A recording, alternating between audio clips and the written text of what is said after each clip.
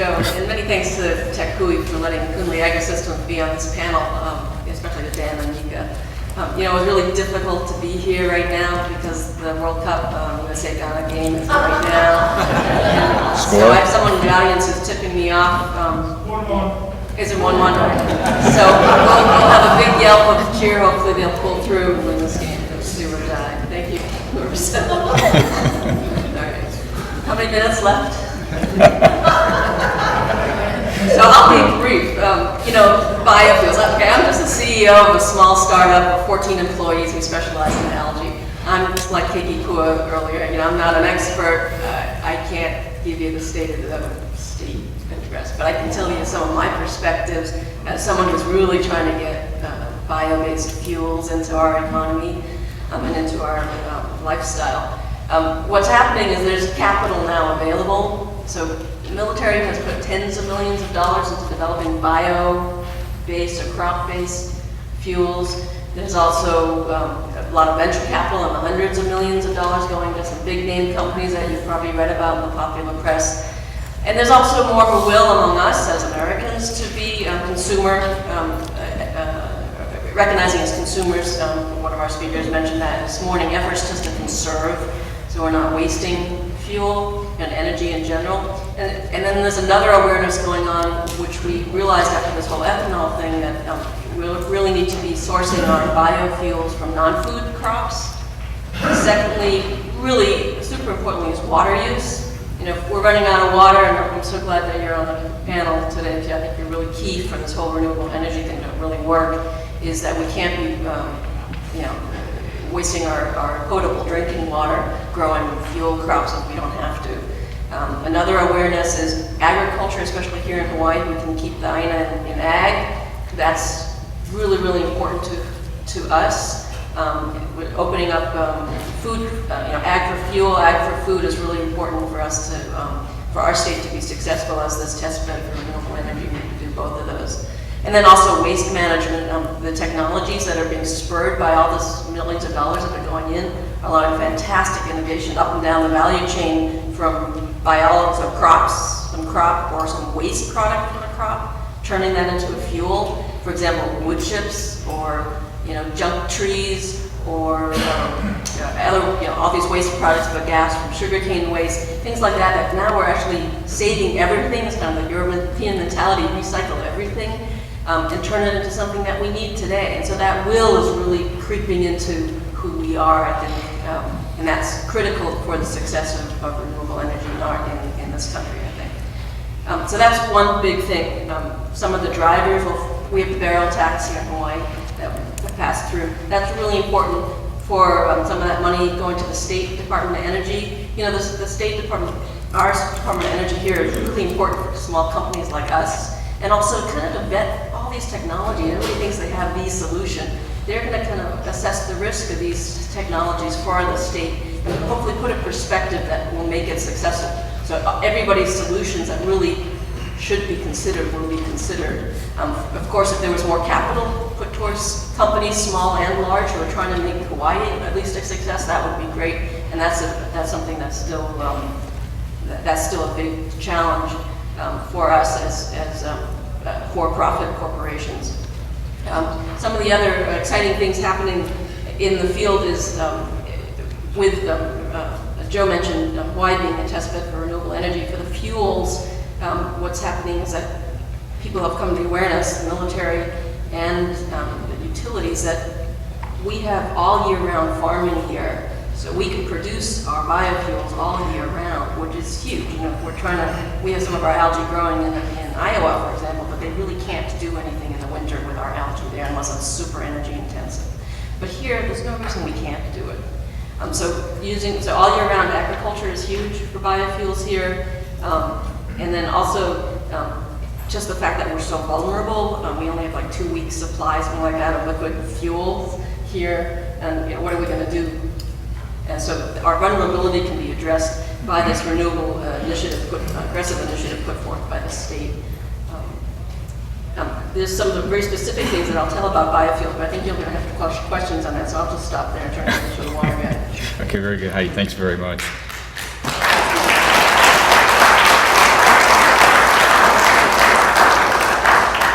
So Dwight, I want to say thanks very much again for filling in. You're a man of many talents, but one of the ones that I want to try and hit on that is interesting to me and I think is really up and coming here in Hawaii is the micro wind market. And I know that there are very few people that have experience in that, and you do. So I was hoping you might be able to give us a general state of the state as it is on micro wind. We're all familiar with the big wind projects that we see in Maui and the Big Island, but what we're seeing now is an emergence of that on a smaller scale, that's business or residential, and that's just starting to happen here in Hawaii, and we've got one of the experts here to talk about it. So Dwight. Thank you. Well, yes, I'd love to talk about wind. A lot of people think I have too much of it at times, but it's one of our greatest natural resources here in Hawaii. But before I get into that, I actually, sitting here and not really knowing who you folks are, I'm thinking, okay, well, who am I speaking to? I know you're all interested in high technology, and I'm trying to think, well, how to best make this presentation. And then I realized, well, more importantly, you're all probably homeowners, quite frankly. So to get started in this, I really want to kind of take back to some basics, because I want to give you some lessons learned that will build up to why we want to use wind and how we can use it. But there's a couple basics that need to be covered first I think we overlook. First off, I usually when I give a presentation, I ask the basic question, what is our cheapest, cleanest, greenest energy source?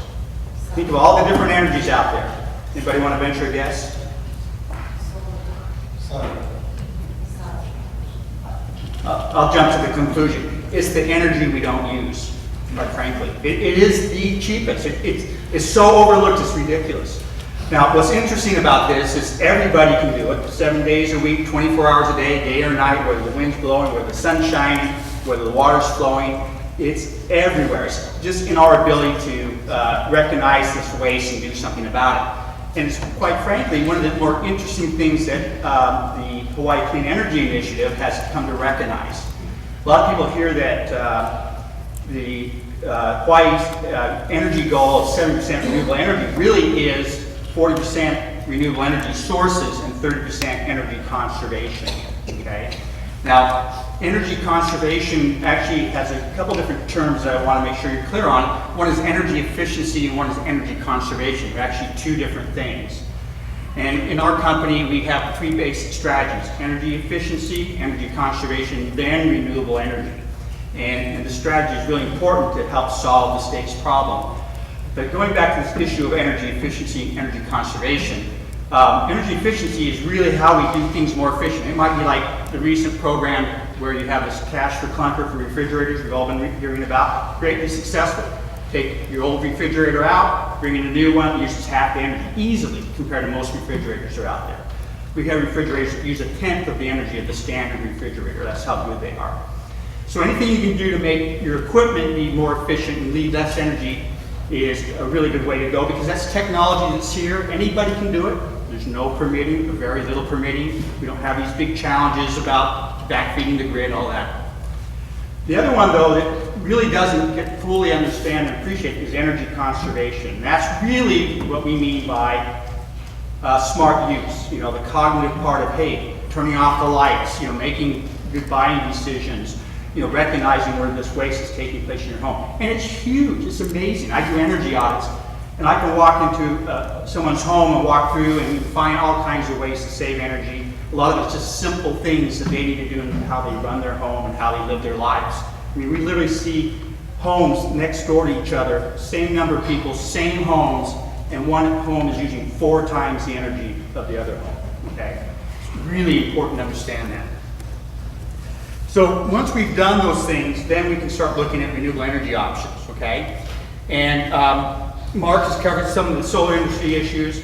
Obviously in my profession, photovoltaics and solar water heating are huge parts of our industry. They really employ a lot of people here in the state, and we have tremendous opportunity to grow. I mean, most people don't realize that only 1 home in 4 has a solar water heater on it. So we have a tremendous opportunity. I would hope all of you have one. I mean, that's one of the first things you can do to really reduce the energy requirements, which takes a lot of pressure off the grid. As we move forward in all these different types of renewable energy sources, I'm kind of leading up to the wind issue here. Is one of the things that's just really kind of getting going here in the state is these micro wind systems. Now, it's interesting because we have these great trade winds here. They're here all the time. And, you know, everyone likes to think, well, geez, can't we tap those things? And we can. But put things in perspective, a lot of people don't realize that wind energy worldwide is the fastest growing energy source in the world. It's just fantastic. It competes with fossil fuel-based systems on the mainland and around the world in terms of cost. So it's really exciting. But it's very difficult to get these large wind farms put in. And there's questions as to whether they will ever be approved, you know. It's very difficult. So what can we do at our home level or our business levels? So first, you know, I'd like to kind of define what we mean by small wind and micro wind. It's like 100 kW or smaller. But most people in their homes don't need that sort of size systems. Typically, we're looking at 1,000 to 15,000 watt size systems. Now, it's very difficult, though, here in Hawaii to get these permitted. Our company's, one of our little brags, we're the only company that's really been able to get 2 systems permitted on the island of Oahu. So it's not a great track record, but that's the state of the industry at this point. Now, there are a few illegal systems up around the island, and they just put them up. They've been able to do so and not had any complaints. But the permitting process is very challenging. Before I go into that, though, there's 2 types of categories that you should be aware of that you're looking at. One is called vertical axis wind generators. The other is horizontal axis wind generators. Both have their advantages and disadvantages. The horizontal wind axis generators have been around the longest and have the most prevalent use, have a great success record. But they're very dependent on having good clean wind, and so that means you have to have high towers to ideally take advantage of them. The other type of wind generator systems that we're seeing now are the vertical axis, where they spin this way. And what's nice about them is they're less affected by turbulence, air movement around and all that. They're very quiet. That's one of the great things for residential areas. It's awesome to see. And they can kind of work at lower elevations and still get a significant output. So anyway, going back to the permitting process you should be aware of, there's 2 main issues. One is right now on residential units, you can only put up to 1 kW of a wind generator. And so that really limits the value of what you can do for your home. The other limitation is height. The current rules basically say you can't have a wind system that sits higher than the distance from that location to your neighbor's property. The idea being, if it was to ever fall over, it can't fall on your neighbor's property. So this greatly reduces our ability to put these systems in. And the number one thing with wind generators, the biggest problem, well actually the 3 biggest problems we run into with wind generators are, number 3, the tower's not high enough. 2, the tower's not high enough. And 1, the tower's not high enough. There's no substituting the fact that the higher you get up, the more power is up there, the more energy you can produce. And so there's a real incentive, if you're going to go to all this permitting process and build a tower and mount the systems and interconnect it, be higher. So that's an issue that needs to be addressed. Fortunately, we just heard yesterday that the City Council is proposing a 15 kW limit for residential systems. So hopefully, if any of you have connections or interest in this issue, you'll help pursue our desire to allow larger systems, because we really need to do that, because 1 kW is just a very small system, and we need to move in those directions, okay?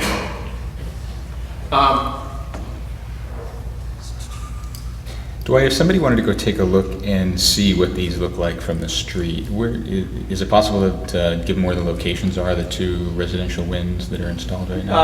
Yes. Well, at least one of the best places to go look at is right down back near McCauley and the freeway. Some of you might have noticed there's both a horizontal wind axis and a vertical wind generator there. We'd encourage you to go by there. What's the side street?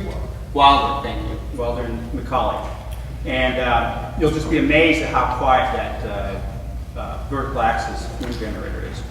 Our other system's up on Tantalus, and so it's up on a roof of a home, and so it's kind of hard to see. And they got great wind out there. So, looking at the wind resources, by the way, one of the key things to keep in mind here is, even though we have these great trade winds, our best resource locations, any of you living on any of the ridge lines where we've developed a lot of our housing anyway. So if you're on the leading edge on the northeast side, you've got a pretty good wind side. If you're down in the valley, just so-so.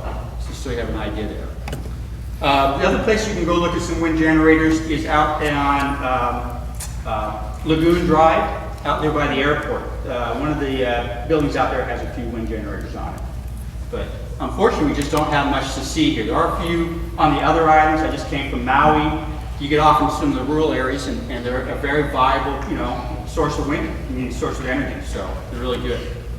Okay, I'm going to cut you off here, Dwight, if you don't mind, because I want to ask a couple more questions here before we go to questions from the audience. I want to throw it back to each of you, and Heidi, we can start with you. Can you talk a little bit about the specific technology that your company is doing, and talk about why it's different than the competitors, what your competitive advantage is, and how you went about approaching that technology and where you see its application in the industry?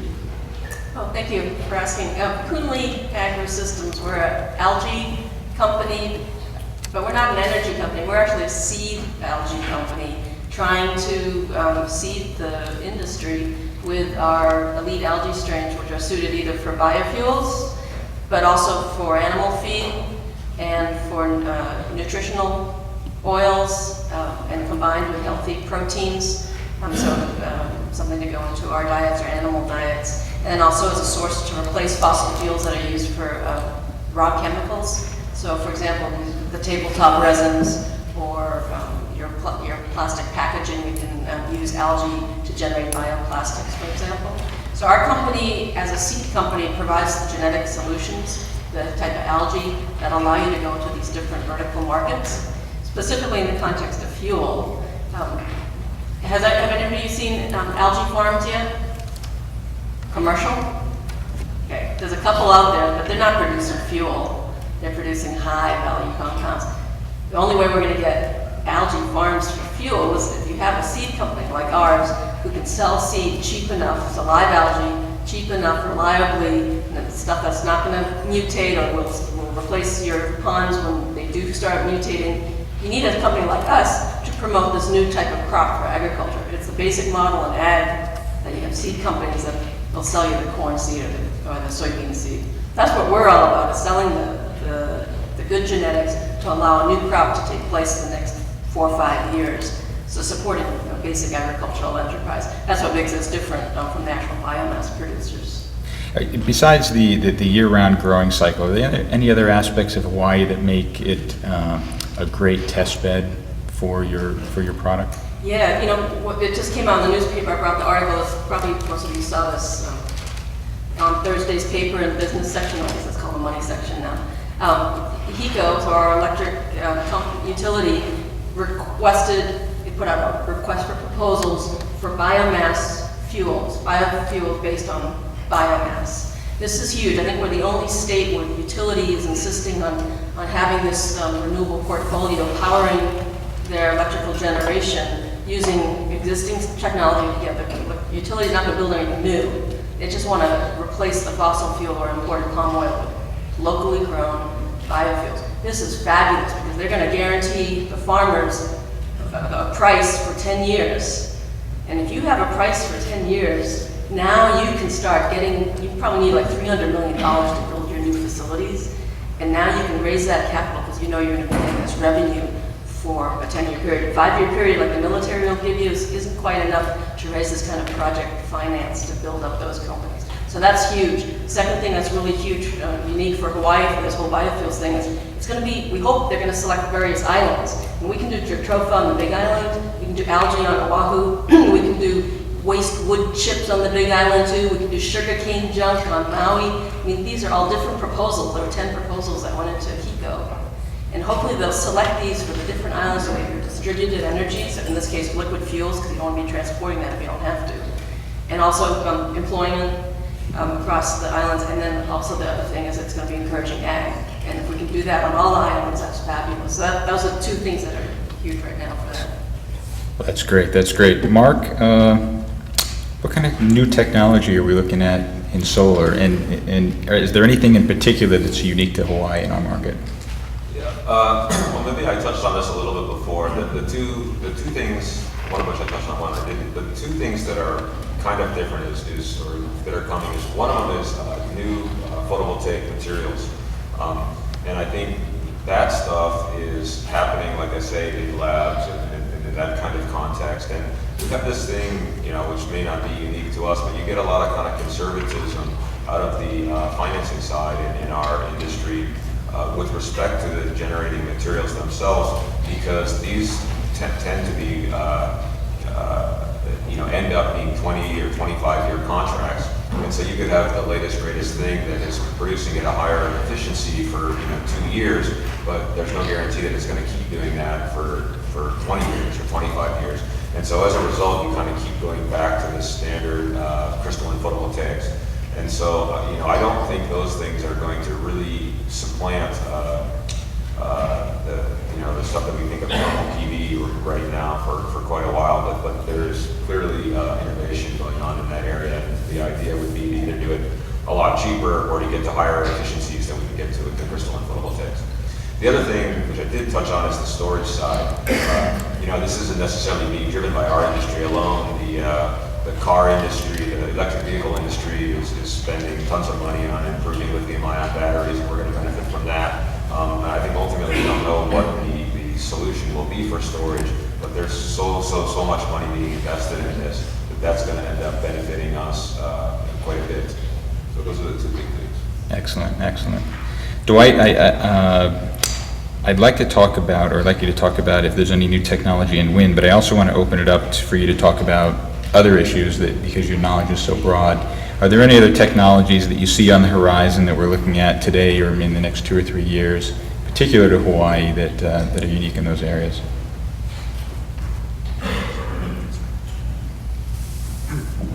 Well, yes. I mean, actually, before I bring that up, I just wanted to kind of ditto Mark's comments about crystalline panels. You know, this is an interesting issue because we run into this all the time from our customers saying, "What's the new technology coming in?"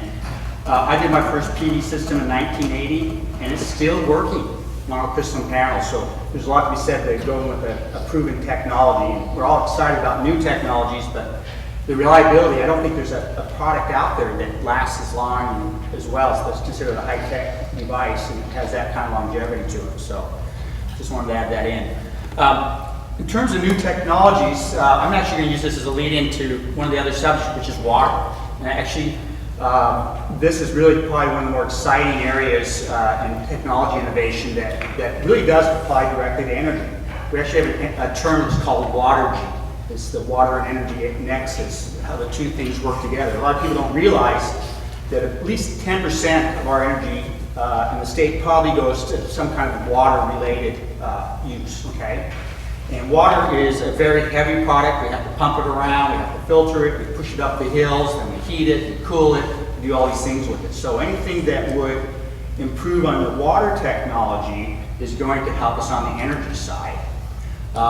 Just another little link for you to be aware of. About every kilowatt hour that's produced on Oahu that isn't produced by renewable energy takes about a half a gallon per kilowatt hour. So for every kilowatt hour you save, you're saving about half a gallon.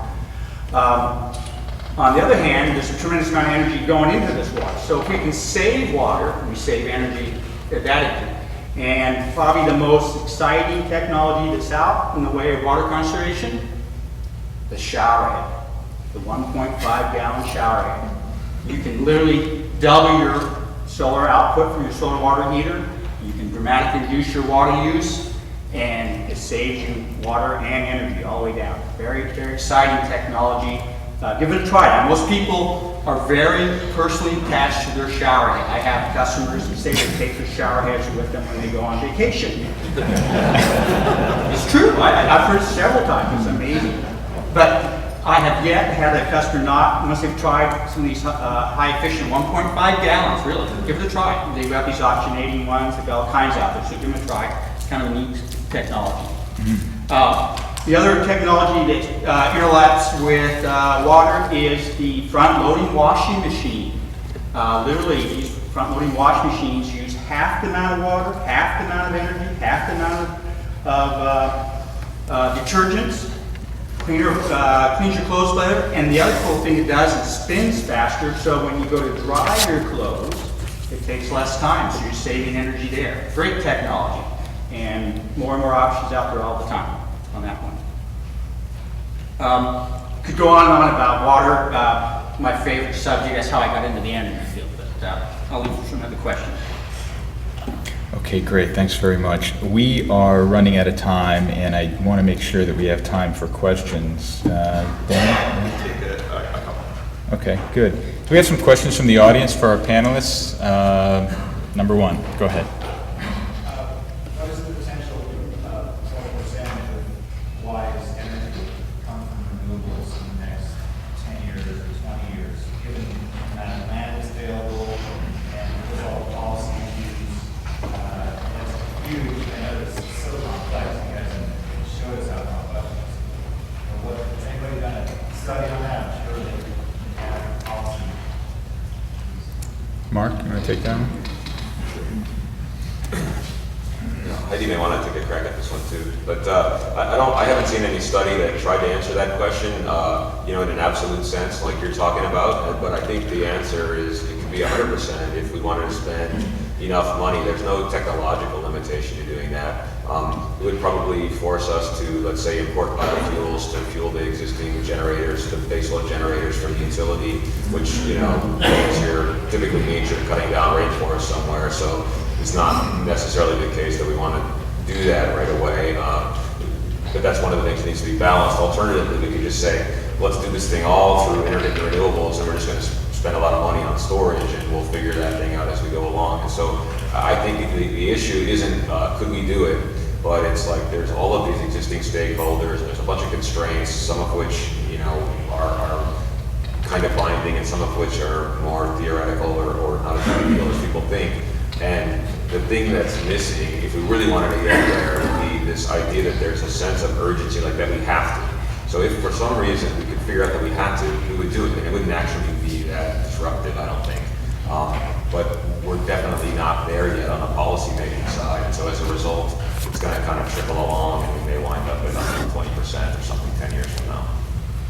Heidi, do you have something to add? Well, yeah, I guess the vision is, 70% by 20 years, 2030? So that's the goal. For fuels, you have to make some decisions that, we don't have the plan to make all the fuels that we want, especially, for powering the utilities. So then, people talk about, I have a biodiesel car. But I'm going to go electric because I know that solar efficiency is much better than photosynthetic efficiency. If I talk about transportation fuels for my vehicle. So we got to push electric vehicles as a major part of that solution. Us biofuels guys shouldn't be competing in that arena.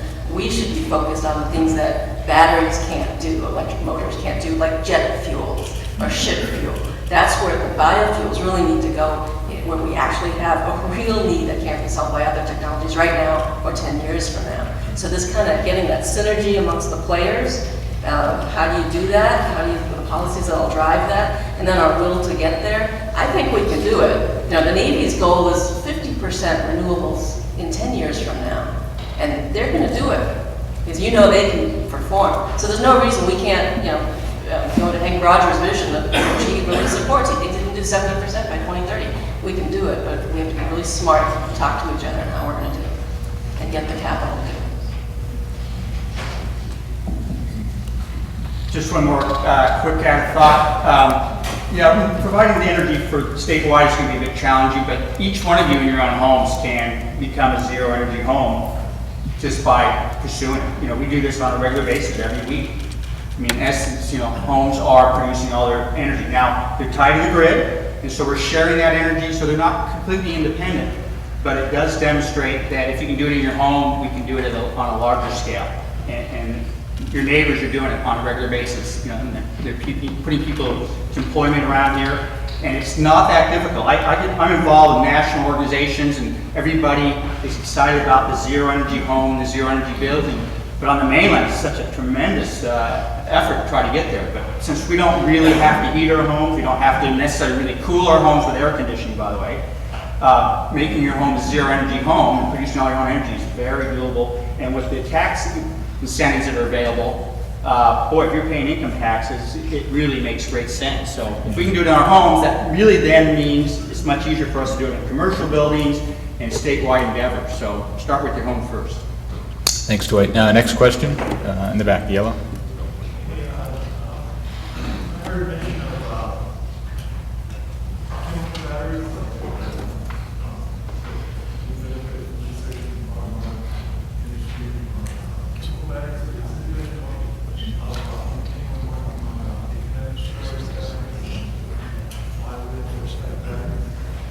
Does anybody have any experience with batteries or some of the different technologies other than the lead acid and the lithium ion stuff and the Tesla, tanks Tesla?